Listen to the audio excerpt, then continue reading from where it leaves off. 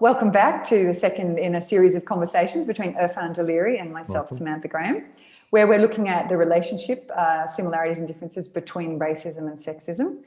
And this week we wanted to look at the culture that can permit what we've been seeing happen in Canberra and in the private schoolboys network and some of the big public incidents that we've been grappling with in the past week.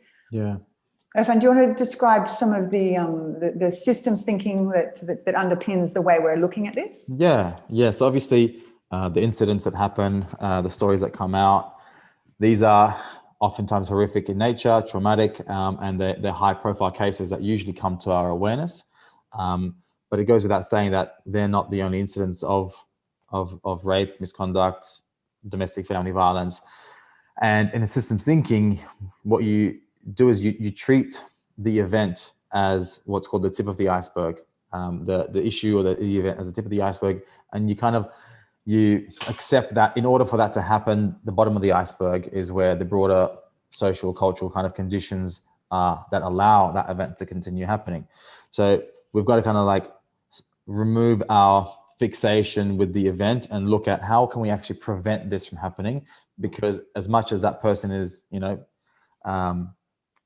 culpable or not, we've got to look at it in a systemic kind of way and look at how can we stop this happening much more broadly. So that's what the iceberg methodology is really all about. And so there are a plethora of influences under the water there. Yeah. And we've picked one to look at today. We'll look at more in other weeks, but today we wanted to look at the influence of books and media on how men and women are portrayed in books and media, and the effect that has on the psyche and on the subconscious. Yeah, totally. That's like one of what's called the conditions that hold the issue in place. So if you can identify the conditions that allow the problem to persist, then you can tackle whichever issue you're most kind of equipped to tackle, I guess. Yeah. And so I might start at the earlier stage of the spectrum where we've got 5 and 6 year old children who are in a fabulous study that 5-year-old boys and girls all felt that they had equal agency and potential and could be and do whoever they wanted to be and do whatever they wanted to do. And by the age of 6, however, the boys had already got a sense that they had more available to them. They were smarter. The world was still their oyster, but the girls had started to shrink and minimize, diminish what they felt was available to them. That's that social conditioning, beginning quite young, and you've got some sort of like resistance to it for a few years, but eventually like it's just like this moment where it just like kicks in all of a sudden, and all of a sudden from 6 onwards that conditioning begins, right? Yeah, and you have to ask, where does that come from? How are they getting these messages? And one of the studies, which is a brilliant study of the top 100 children's books, the top selling 100 books, and they analyze the male and female characters in all of these books, and the lead characters were 50% more likely to be portrayed as male. By and large, the female characters were less likely to even be given a name. Right. And the female characters were small and they looked like prey, basically, against the male characters that were the lions and the tigers and the ones doing the action. So already we're feeding our small children these norms.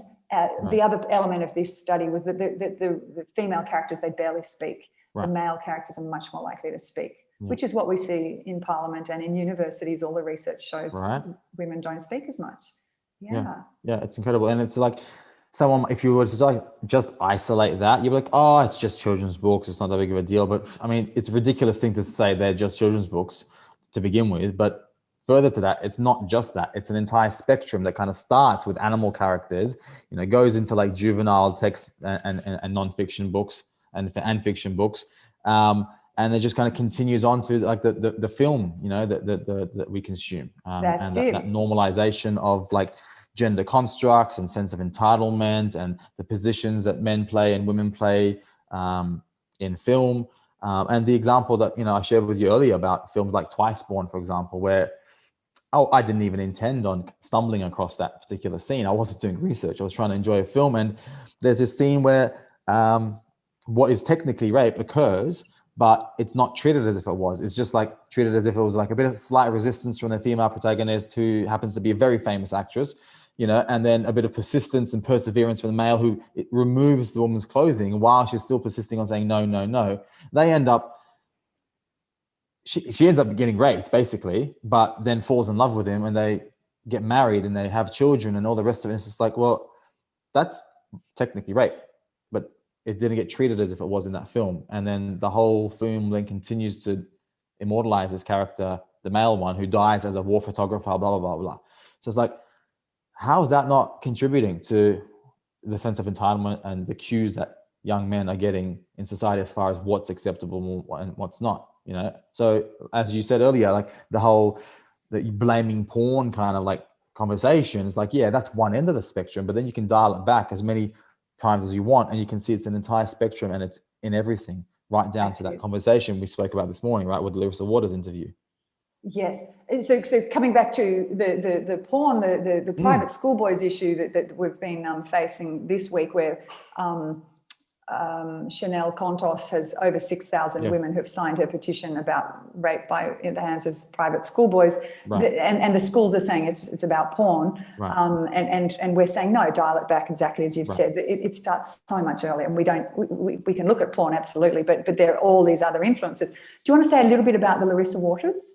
Yeah, so she did an interview this morning, and I mean, she spoke perfectly fine, but in the exchange of this interview, there was this reluctance or this desire to play devil's advocate coming from the TV host who was hosting the interview, and like playing devil's advocate with Larissa and saying, well, you know, if we, you know, treat allegations as if they were really real, then, you know, is that really fair on people until they've been proven guilty? As if like that's the person who needs to be defended, and not the person who's taken their own life, or the person who's literally still alive and saying, yeah, you know, this is what happened. So like, rather than advocating for justice, change, accountability, they're trying to like play devil's advocate on the other side. So it's like, even those types of conversations, how the producer frames that conversation, the TV host then asks particular questions to guide the conversation, that allows for these false binaries. It allows for all sorts of other issues that stifle the conversation, really. Yeah. And quite often I think women are pitted against women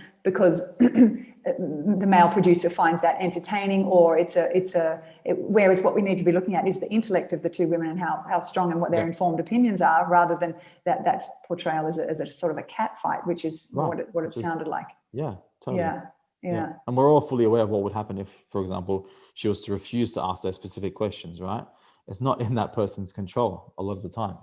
So like, even blaming the host is like, well, there's a person behind that person pulling the strings as well. So yeah. So these cultural norms that we're seeing across so many spectra are feeding into what we're seeing at the top of the iceberg. Yeah. And I guess we might conclude with the idea of, well, where can we make change?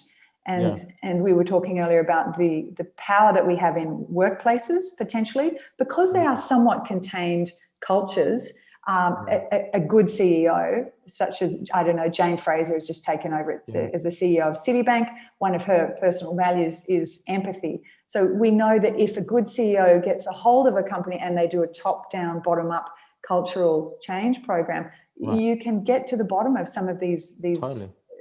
Beliefs that are completely. Which is why that diversity of, you know, people in the workforce in upper management levels is so important as well, right? Yeah. So yeah, that's definitely key to creating shift, because of how many people work. The mass of society is under the influence of an employer. So it's crucial to be able to create workplaces where these standards are set higher. As well as the education system, right? So we've got the two places we spend most of our waking hours, right? School, education, higher learning, and or work. So those two like institutions of life are the key areas where we kind of both agree on where we can create most change. So I think I'd love to have another conversation about what we can do in those situations, what can be done in work, what can be done in school. And I'll share with you a study on subconscious bias amongst primary school teachers next time. But we'll probably leave it there, I think. Yeah, that'd be great. All right. Great. Until next week. Thanks. See you, Sam. Bye. Bye.